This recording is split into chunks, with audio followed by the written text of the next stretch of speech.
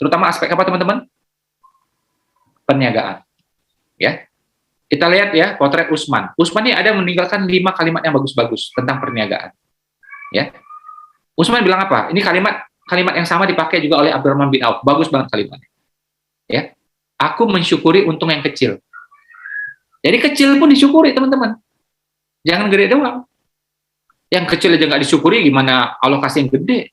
Disyukuri. Diucapkan itu sama Utsman. Keluar dari mulutnya Utsman. Dan kalimat itu diulang sama Abdurrahman bin Auf. Ya. Terus Utsman ini suka apa? Istilah itu menggulung profit. Ya, menggulung keuntungan. Artinya apa? Dipakai itu sedikit. Kan kita dagang nih, untung. Buat makan hari-hari kan? Nah, sisanya Pak digulung. Itu Utsman. Saya terapin nih ilmu. Yang ketiga, Utsman tidak suka barang yang mudah basi. Ya. Jadi istilahnya itu dia nggak suka barang yang mudah tua, istilahnya gitu. Mudah usang, dia nggak suka. Kenapa? Nah, ini ilmunya saya pakai semua ini. Karena kalau barang itu gampang basi, berarti nggak bisa dijual lagi. Ya kan? Kadang-kadang barang ini ada resiko. Ya kan? Kita kirim. Kalau zaman dulu mungkin Mekah, Madinah, Mekah, Bahrain, Mekah, Syam, gitu kan? Nah, jangan sampai di jalan tuh basi. Dia nggak mau. Tapi barang ini kan diperlukan. Ya biar aja orang lain yang jual. Aku nggak. Saya pilih barang kayak gitu juga. Saya jual barang kayak gitu juga. Yang tidak mudah basi. Tidak mudah busuk. Ya. Berikutnya dari Utsman bin Affan. Ya, Utsman ini pengusaha. Utsman ini sahabat Nabi. Utsman ini khalifah. Utsman ini juga menantu Nabi. Jangan salah loh. Ya. Ali menantu Nabi. Utsman juga menantu Nabi. Bahkan 2 anak Nabi dinikahin sama dia. Karena itu gelarnya adalah 2 cahaya. Kenapa? Satu dinikahin, kemudian meninggal, dinikahi sama anak lagi yang berikutnya. Ini kadang-kadang orang Islam nggak paham. Menantu Nabi, wah salah tuh informasinya Mas Ipo. Saya sering banget digituin, 200-an kali saya digituin. Menantu Nabi itu Ali, kata dia. Ali iya, Utsman juga iya, ente buka sejarah. Ya kan? Jangan salah tapi nyolot, ya enggak?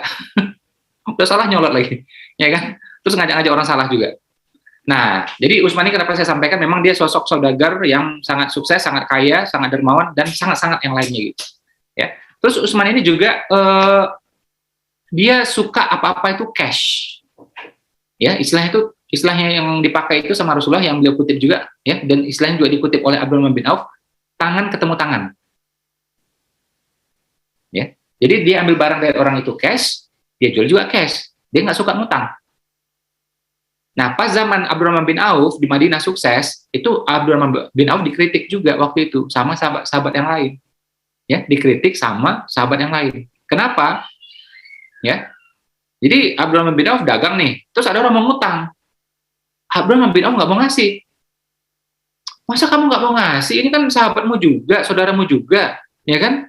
Dan kamu kan katanya sukses gini nih. Loh, kata Abdurrahman bin Auf, kalau ngasih jangan ditanya.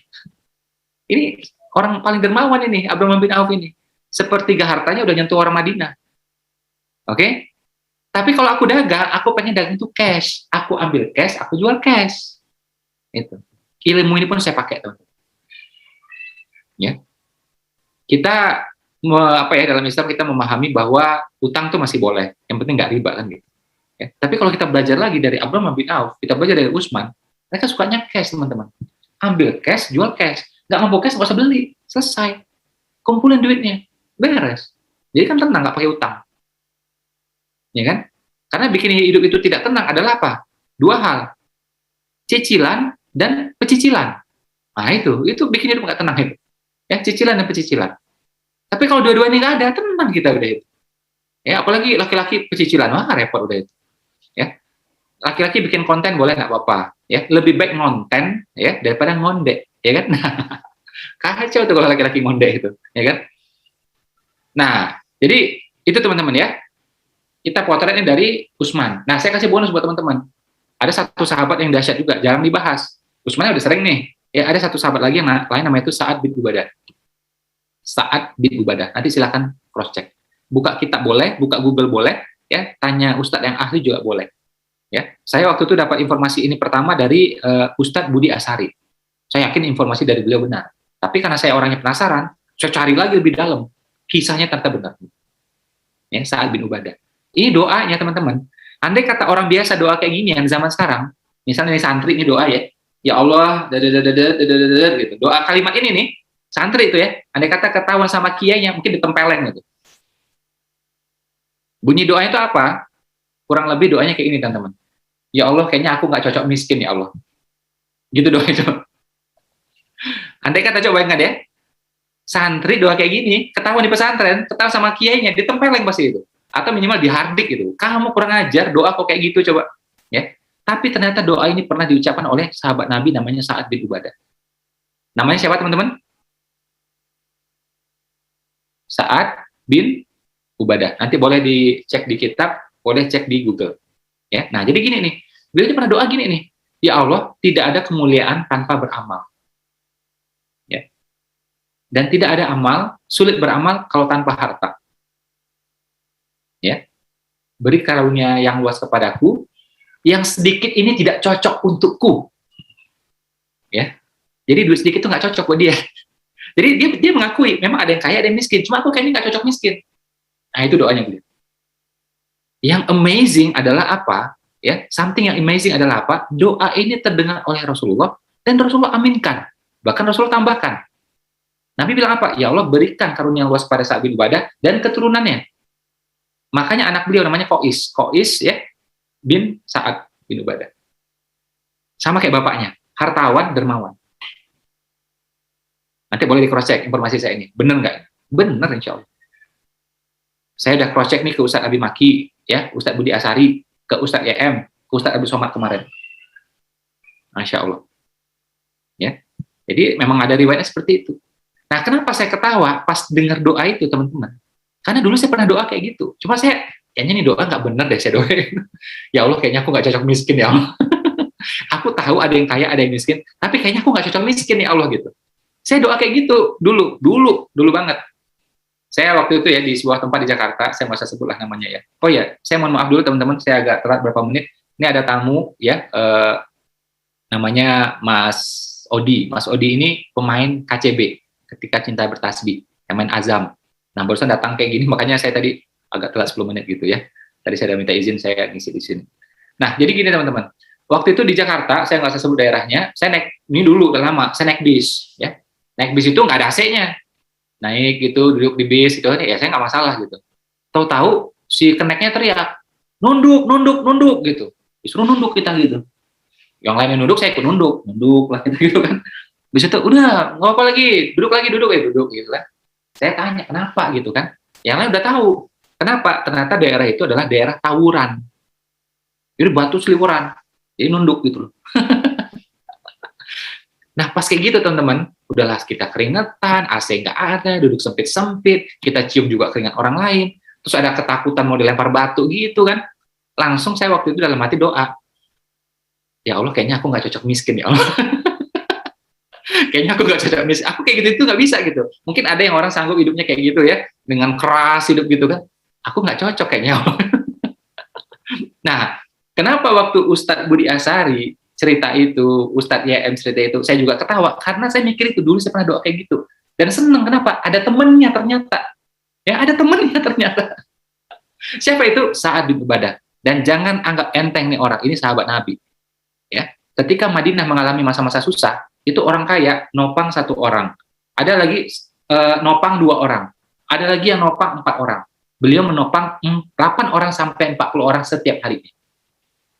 Kesayangan Nabi. Ya, dan sempat juga menjadi kandidat khalifah, tapi beliau nggak mau. Masya Allah tuh. Jadi jangan main-main tuh. Jadi wah, ini mungkin salah sahabat yang sahabat sebelah mana kali. Jangan sembarangan. Kesayangan Nabi nih, Sa'ad bin Ubadah ini. Ya.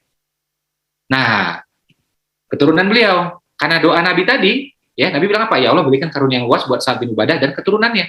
Keturunannya juga sama, hartawan, dermawan. Orang Madinah tuh rata-rata ngutang sama dia semua. Sekali waktu dia sakit. Nah, ini kisahnya populer nih, pernah diceritakan juga oleh Kiai Haji Zainuddin MZ, almarhum. Kenapa saya tahu? Saya penggemar beliau. Ya, tiap pagi saya dengar. Kasetnya itu kan nggak sampai 30. Kiai Haji Zainuddin MZ itu. Durasi 1 jam, setengah jam set A, setengah jam set B, ya kan? Nah, nggak sampai 30 tuh kasetnya. Saya udah hafal gitu. Ya kan? Tiap pagi diputerin tuh di radio di kota saya, jam setengah 6 sampai jam 6. Besok sambungannya. Ya. Jadi otomatis dalam 2 bulan selesai itu. Akhirnya apa? Diulang lagi kan? Diulang lagi, diulang lagi. Sampai di jalan-jalan juga kita dengar sekarang gitu. Ya kan? Nah, saya pendengar beliau tuh dari dulu itu. Diceritakan juga nih kisah ini. Ya. Nah, jadi sekali waktu ya, kok isinya sakit, terus orang nggak ada yang berkunjung. Kok ini anak tadi, anaknya Sa'ad bin Ubadah ini mikir kan, dosaku apa, salahku apa, kenapa aku sakit, orang nggak ada yang ngunjungin. Biasanya kalau nggak dikunjungi itu berarti kan bikin kesalahan yang besar, ya, atau mungkin akhlak yang buruk gitu, sehingga orang nggak suka kan sama dia. Gitu. Ternyata begitu utusannya disebar, dapat selentingan. Apa itu? Orang-orang malu menjenguk kamu, menjenguk engkau. Kenapa? Mereka ini punya utang sama engkau, belum mampu bayar. Dia bilang, oh ini kalimatnya bagus banget, saya merinding ini. Tidak boleh harta itu menghalangi ukhuwah. Itu adalah harta yang hina. Nggak boleh. Mentang-mentang kaya, akhirnya nge-gap sama orang, misalnya. Gitu kan? Atau karena kita mau ngumpulin harta dengan kelompok tertentu, akhirnya orang miskin nggak boleh masuk. Itu harta yang buruk itu. Tidak boleh harta menghalangi ukhuwah.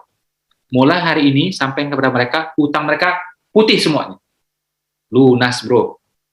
Lunas, bro. Diputihin sama beliau. Wah, pada nangis itu teman-temannya itu. Ya.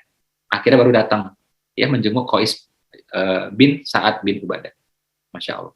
Ya. Nah, Utsman sudah nih, ya kan? Sa'ad udah nih, anaknya juga Qais sudah nih. Sekarang kita lihat Umar, kayaknya seperti apa?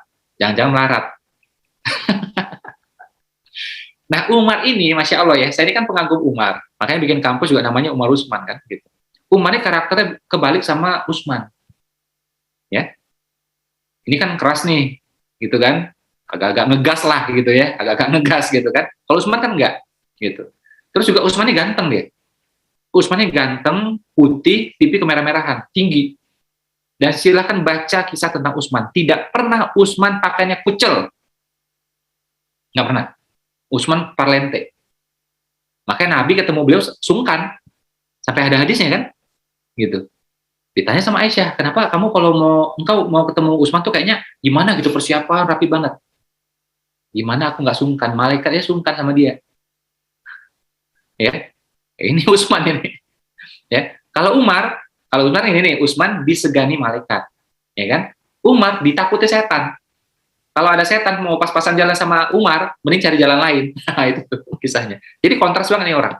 Nah, Utsman ini terkenal dengan pakaiannya yang parlente. Nggak pernah ada baju kucel, tuh dia nggak pernah. Nah, mohon maaf, Utsman ini kebalikan dengan Umar. Kalau Umar, itu bajunya relatif sederhana.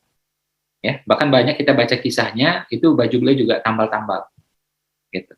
Jadi, saking beliau tuh hati-hatinya sama harta, baju pun tambal. Makan lauk nggak berani 2, 1 selalu. Padahal 2 halal, 3 halal. Bukannya nggak halal loh. Tapi karena menjaga diri, lauknya 1. Itu Umar. Ya, jadi memang agak kontrak nih orang ini, ya, secara ini. Tapi dua-duanya benar, makanya kita boleh milih mau yang mana gitu. Ya, jadi walaupun saya pengagum nomor 1 untuk Umar, ya, tapi kalau pakaian saya pilih Utsman. Ya, saya pilih Utsman. Saya pikir zaman sekarang paling tepat adalah Utsman. Saya 2 kali diceritainnya sama Ustadz Abdul Somad. Berapa hari saya ketemu, kemarin beliau datang ke rumah, cerita beliau. Ya, jadi ada ulama besar, bajunya bagus terus. Ya, dikritik sama Muslim yang lain. Bajumu tidak seperti Rasulullah. Rasulullah nggak pernah baju semewah ini, katanya. Nih, kayak ini dong sederhana itu baju, kata orang yang protes. Ya. Ulama ini jawab apa coba? Karena bajunya bagus, dia bilang apa? Bajuku ini membuat orang suka sama Islam. Bajumu bikin orang benci sama Islam. Ucel. Jadi saat sekarang ini, ya, untuk saat ini, ya, pakaian menarik itu penting. Ya. Prestasi yang bagus itu penting.